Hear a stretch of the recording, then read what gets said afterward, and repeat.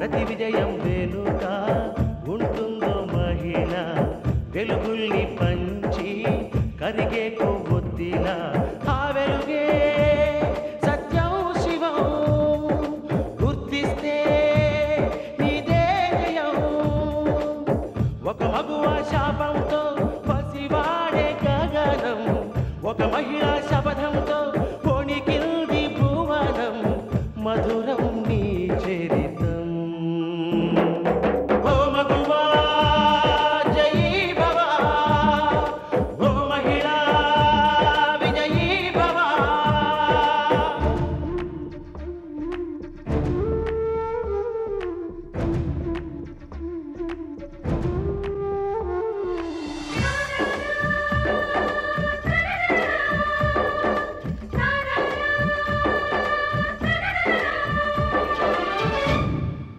ఒట్టి మాటతో ఒక్కనాటికి రాదు రాదు జయము చిత్తశుద్ధితో చెమట ఓడ్చితే అందదా విజయము పిడుగు రాలిన అడుగు ముందుకు వేయుటే ధైర్యము మనసు చూపిన మార్గ మొదలగా సాగని పయనము అంతులేనిది నీ సహనము సాటి లేనిది నీ త్యాగము బతుకు బాటలో ఎన్ని వెతుకులాటలో మలుపు మలుపున ఎన్ని ఆటుపోటులో గెలుపే నీ ధ్యేయం సాహసమే నీ ఆయుధం సాధించే నీ ఆశయం సాహసమే నీ ఆయుధం సాధించే నీ ఆశయం ధర్మారావు ఏదో సంబంధం తెచ్చే లోపల జయకృష్ణ చేత నా మెళ్ళ 3 ముళ్ళు వేయించుకుంటాను. వాడు నాలాగే తాగబోతోని అసహించుకున్నావు. ఇప్పుడు నీకు వాడే కావాల్సి వచ్చాడా? అవసరానికి అక్క మొగుడు ఎవడైతే ఏంటి, మన పని జరగాలంటే రాజీ పడక తప్పదు. ముందు వద్దని చెప్పి ఇప్పుడు జయకృష్ణే కావాలి అంటే ధర్మారావుకు అనుమానం రాదు? రాదు, రాకూడదు. రాకుండా మనం జాగ్రత్త పడాలి. అది ఎలాగంటావు? చెప్తాను విను.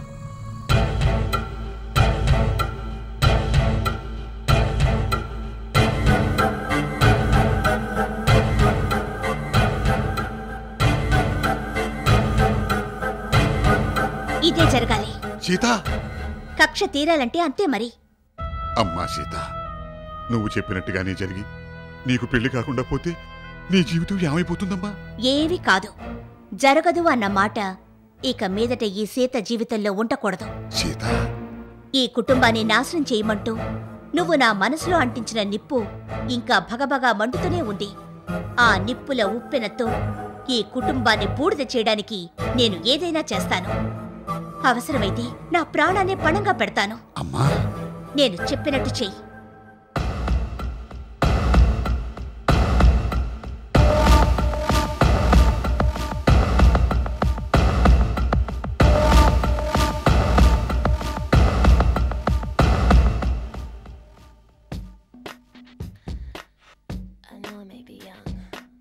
ప్లీజ్ ఎక్స్క్యూజ్ మీ, లోపలికి రావచ్చాలుడు. లోపల వరకు వచ్చి రావచ్చు అని అడుగుతారేంటి? ఏంటి సంగతే? ఏంటయ్యా ఇది? ఏంటిది? అసహించుకోవడానికి ఏముంది అక్కడ? ఏముందా? ఆడోళ్ళంతా ఏంటయ్యా ఇది? అర్ధనగ్నంగా, పావు నగ్నంగా, నగ్నంగా బట్ట లేకుండా డాన్సులు చేయటం ఏంటి? స్త్రీని విపరీతంగా గౌరవించే దేశం కదా మనది. అసభ్యంగా డాన్సులు చేయటం ఏమిటి? తీసేవయ్యా బాబు, కట్టే టీవీ. మావయ్య, మనిషి పుట్టిన దేనికి? అనుభవించడానికే కదా. మనిషి సృష్టించిన కరెంటు, విమానం, టెలిఫోను ఇవన్నీ దేనికి? ఎవరికి వాళ్ళు అనుభవించడానికి. మావయ్య ఏమంటారు? వామ్ము, నీ దగ్గర తెలుసుకోవాల్సింది చాలా ఉందే. See and enjoy, do and enjoy అన్నారు. అనుభవించు రాజా, అనుభవించు. అనుభవించాలని మాకు ఉంది రాజా, కానీ అవకాశం లేకనే అనుభవించలేకపోతున్నాం. మావయ్య, ఇప్పటి వరకు మడిగట్టుకున్నట్టు పెద్ద పద్ధతిలా మాట్లాడారు. ఇప్పుడేమో అనుభవించడానికి దారి దొరకలేదు అంటున్నారు. అనుభవించడం అంటే నీలాగే ఇలాంటి అనుభవం కాదయ్యా. మరి ఇంకేంటి? నాకు అప్పుడప్పుడు మందు కొట్టే అలవాటు ఉంది. మన వీక్నెస్ ఏంటంటే ఒంటి గంట రామలింగం లాగా మందు కొట్టే అలవాటు లేదు. కంట్రీ సరిగైనా పర్వాలేదలుడు, కంపెనీ ఉండాలి. ఇక్కడ మీ నాన్నని చూస్తేనేమో మందు కొట్టే అలవాటు లేదు. పోనీ బయటికి వెళ్ళి ఎక్కడన్నా తాగుదాము అంటే నాకు ఈ ఊరు కొత్త, ఫ్రెండ్స్ అసలే లేరు. చూడు, అతి కష్టం మీద ఫుల్ బాటిల్ స్కాచ్ సంపాదించాను. కంపెనీ కోసం చూస్తున్నా. నీకు కూడా అప్పుడప్పుడు మందేసి అలవాటు ఉందంట కదా. పద మన రూమ్కి వెళ్దాం. మావయ్య నాకు ఇంట్లో మందు కొట్టే అలవాట్లేదు. మీ కంపెనీ ఇవ్వాలంటే బార్కి వెళ్దాం పదండి. అమ్ము బార్కి అసలు వద్దయ్యా బాబు. బార్కి వెళ్ళేటప్పుడు బాగానే ఉంటది, వచ్చేటప్పుడు తూలుకుంటా వస్తాం కదా. మీ నాన్న కంట పడ్డామనుకో అరెస్ట్ అయిపోతాం. ఎందుకయ్యా బాబు మన రూమ్కి వెళ్దాం పదా. ఏంటయ్యా ఆలోచన, వెళ్దాం పదా. చెప్తారా?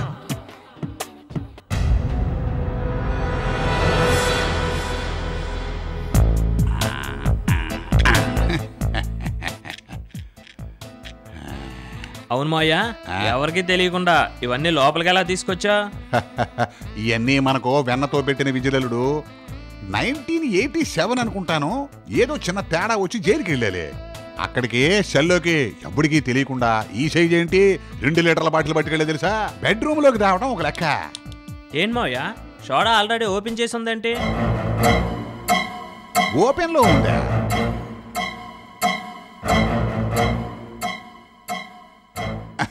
నేనే ఓపెన్ చేశాను అల్లుడు. ఒక్కడిని తాగటం ఇష్టం లేక కంపెనీ కోసం నిన్ను కూడా పిలిచా. అలాగా? సోడా పోయికు అలవాట్లేదు. సోడా అలవాట్లేదా? అంటే సోడా చూసినప్పుడల్లా మందు తాగాలనిపిస్తుందని చెప్పి మానేసా. ఫుల్ వాటరే. మరి సోడా మానేస్తే ఇప్పుడు ఎందుకు ఓపెన్ చేశారు? అది అబ్బా ఏదో ఆలోచనలో ఓపెన్ చేసేలేరా. ఇప్పుడు ఆ వివరాలను ఎందుకు కానీ కానీ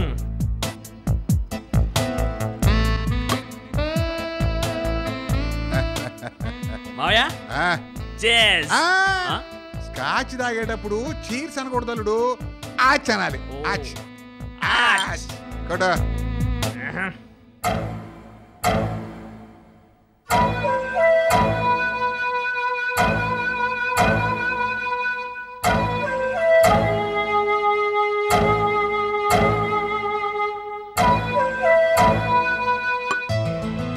ఏంటమ్మా సీత, ఏంటి ఎలా వచ్చావు? నాతో ఏదైనా మాట్లాడాలా? ఊరికే వచ్చాను. అల్లుడు, ఇది ఏసీ రూమ్ కదా, సిగరెట్ తాగితే పొగ చుట్టేస్తుంది. నేను బయటకు వెళ్ళి సిగరెట్ తాగొస్తా. అమ్మడు, నువ్వు ఇక్కడ కూర్చుని బావ కంపెనీ.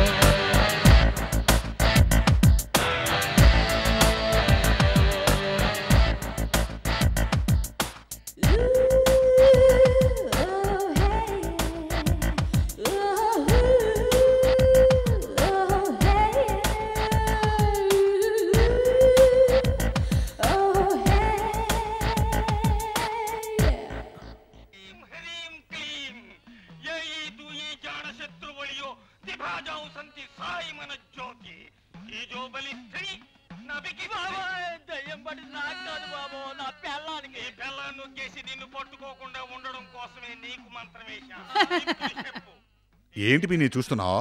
సినిమారా. సీత గీత దాటితే. సీత గీత దాటిందా?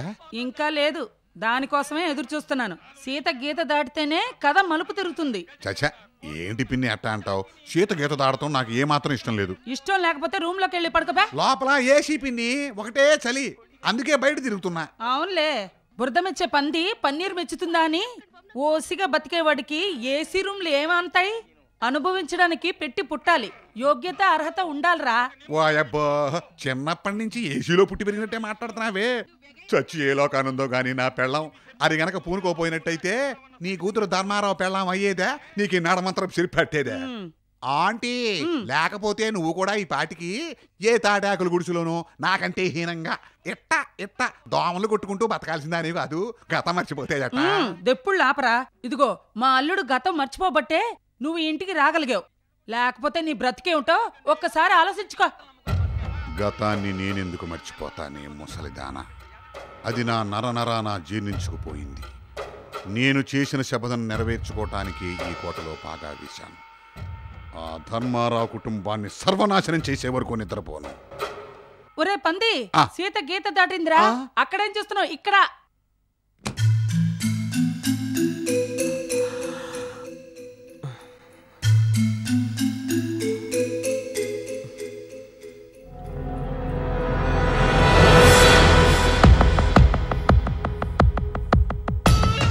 జయకృష్ణ, నువ్వు నా వల్లో పడ్డా. నిన్ను అడ్డం పెట్టుకుని నేను అనుకున్నది సాధిస్తాను.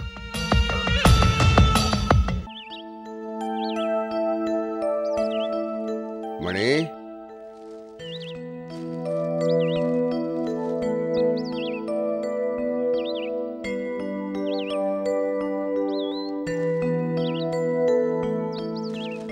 మా ఇందు మంచి ముగ్గు వెయ్యమ్మా. ముగ్గులో స్వాగతం అనే అక్షరాలు వచ్చే విధంగా వెయ్యమ్మా. దేనికి నాన్నా? సీతను చూడటానికి పెళ్లివారు వస్తున్నారమ్మా. నీ ముగ్గును చూసి వాళ్ళు పెళ్లికి మొగ్గాలి. సీత నచ్చిందంటూ చెప్పాలి. అలాగే నాన్నా. అమ్మా ఇందు, సీత పెళ్ళయ్యే వరకు నా గౌరవం మీరు కాపాడాలి. నా చెల్లెళ్ళకి చేయబోయే ఉపకారానికి మీరు సహకరించండి. సరే నాన్నా.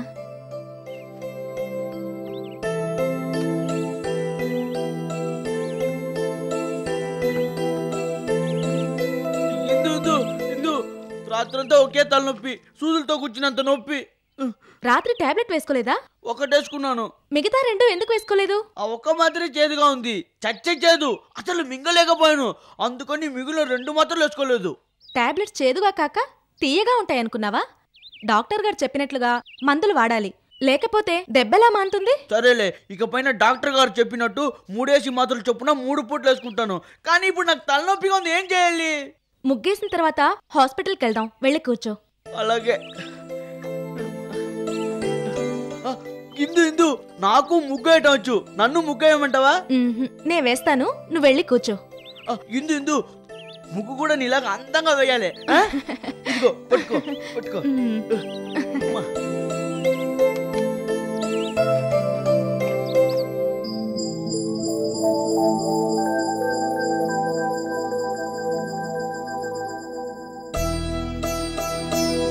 అమ్మా సీత, 10ంటికల్లా పెళ్లివాళ్ళు వస్తున్నారు. ఈలోగా నువ్వు రెడీ అవ్వాలి. ఈ పట్టుచీర కట్టుకొని ఈ నగలు వేసుకోమ్మా. పెళ్లి కళతో మహాలక్ష్మిలా కనిపించాలమ్మా. తీసుకో.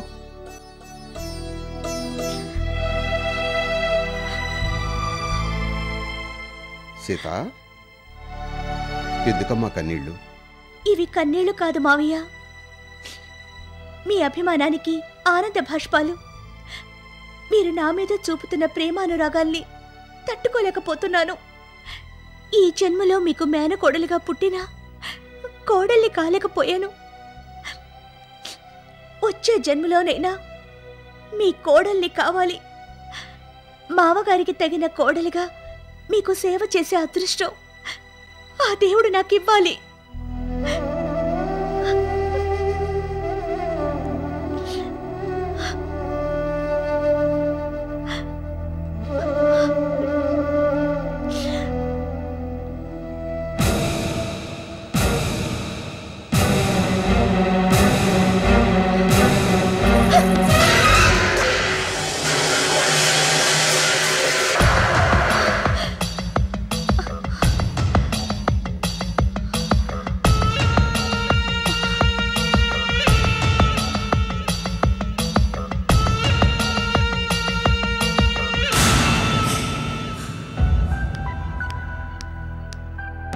కూర్చో.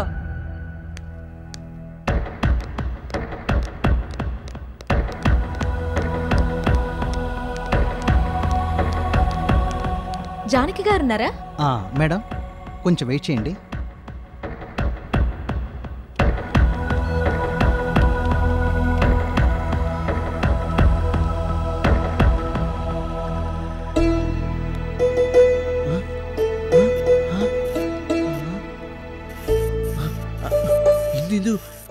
ఏంటది?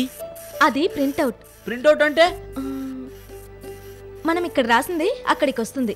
అంటే దేవుడు అక్కడ రాసింది ఇక్కడ జరుగుతున్నట్టు, ఇక్కడ రాసింది అక్కడ వస్తుంది అన్నమాట. అదే కదా? అదే.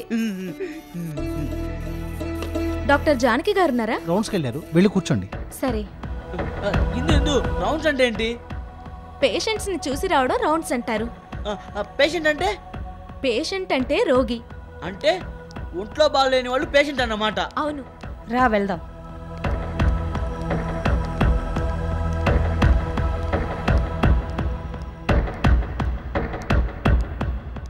Good morning doctor. Good morning doctor. ఏంటి పెరుమాళ్, నొప్పి తగ్గిందా? తగ్గలేదు డాక్టర్, అందుకే మీ దగ్గరికి వచ్చాను. మాత్రలు సరిగ్గా వేసుకోలేదు కదూ?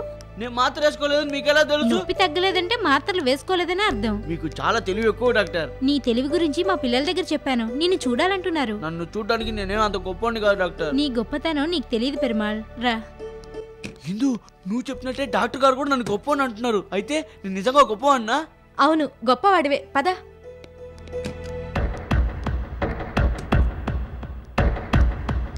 ఇందా ఇందా ఇందా. డాక్టర్ గారు, ఆ అరుపులేంటి? ఏం చెప్పమంటావమ్మా? మా హాస్పిటల్ ఎండి గారు తిరుపతి గుడికి వెళ్ళొస్తుంటే దారిలో ఒక అమ్మాయి స్పృహ తప్పి ఉండడం చూసి ఆవిడని తీసుకొచ్చి ఇక్కడ అడ్మిట్ చేశారు. నువ్వు వచ్చావు కదా, అప్పుడే ఆవిడకి స్పృహ వచ్చింది. కానీ పాత జ్ఞాపకాలేమీ గుర్తులేవు. అరుపులు, కేకలు, పిచ్చి పిచ్చి వాగుడుతో మా ప్రాణాలు తీసేస్తోంది. ఏమీ తినడం లేదు. నువ్వెవరని అడిగితే ఏమీ చెప్పడం లేదు. ఆవిడతో చస్తున్నావు అనుకో. నీకే చెప్పేది. తినమంటుండే. తిను. వస్తున్నా నేను. తిను. ఏయ్, తిను. తినమంటుంటే నీకా చెప్పేది. తిను. వస్తున్నాను నేను. ఇదైనా సరిగా తిను, లేకపోతే చంపేస్తా. తిను. ఏయ్, తిను. తినమంటుండే. తిను. నీకే చెప్పేది. తిను. తిను. సిస్టర్, ప్లీజ్ కొట్టకండి. ఎందుకు కొడుతున్నారు? కొట్టాలా? దీని చేత నేను తన్నులు తినాలా? ఈ పేషెంట్ తో నాకు చావొచ్చి పడింది. ఏయ్, తిను. తిను. సిస్టర్, పోనీ నేను అన్నం తినిపించినా? నీ ఓపిక. ఒకవేళ ఆవిడ కొట్టిందంటే నాకు సంబంధం లేదు.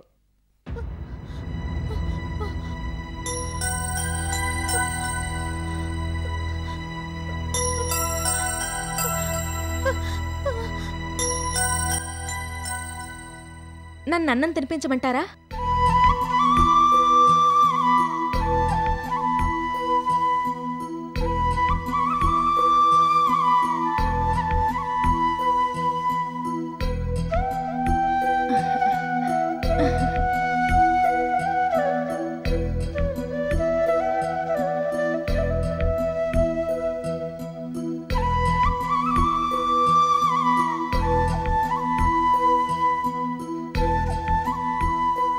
ఇదిగో, చెప్పింది గుర్తుందా? గుర్తుందండి. వేళకి ఇదొకటి, ఇదొకటి, ఇది 2. కరెక్టేనండి? కాదు, ఇది 2, ఇది 1. చా, ఇది 2, ఇది 1. అంతే కదండి? వస్తానండి.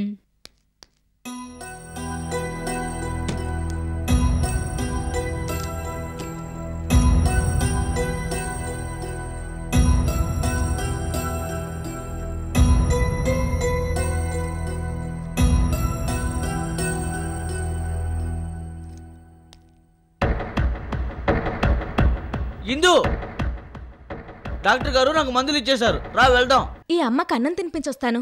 ఉండు పెరుమాళ్ళు. అమ్మా, అదెవరు?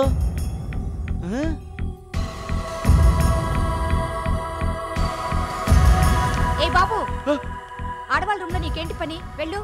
వెళ్ళమంటుంటే వెళ్ళవే. వెళ్ళు. వెళ్ళమంటుంటే వెళ్ళు.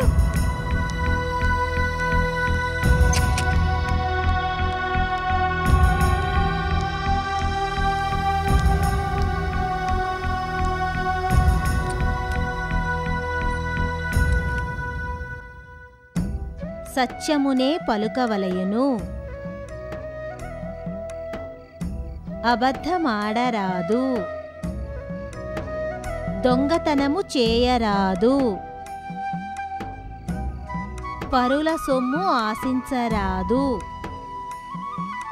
సత్యమునే పలుకవలయును, దొంగతనము చేయరాదు, అబద్ధమాడరాదు, పరుల సొమ్ము ఆశించరాదు.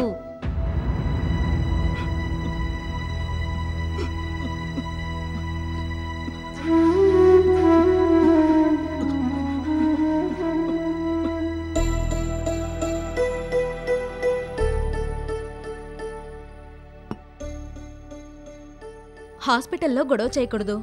డాక్టర్లు, సిస్టర్లు ఏం చెప్తే అది వినాలి. అప్పుడప్పుడు నేను వస్తూ ఉంటాను. మరి నేను వెళ్ళరానా?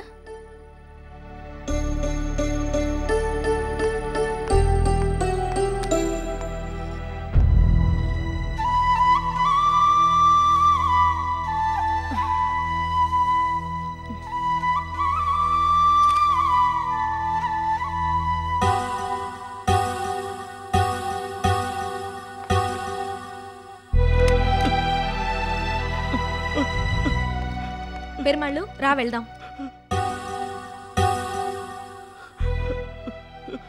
పెరుమాళ్ళు ఎందుకు ఏడుస్తున్నావు?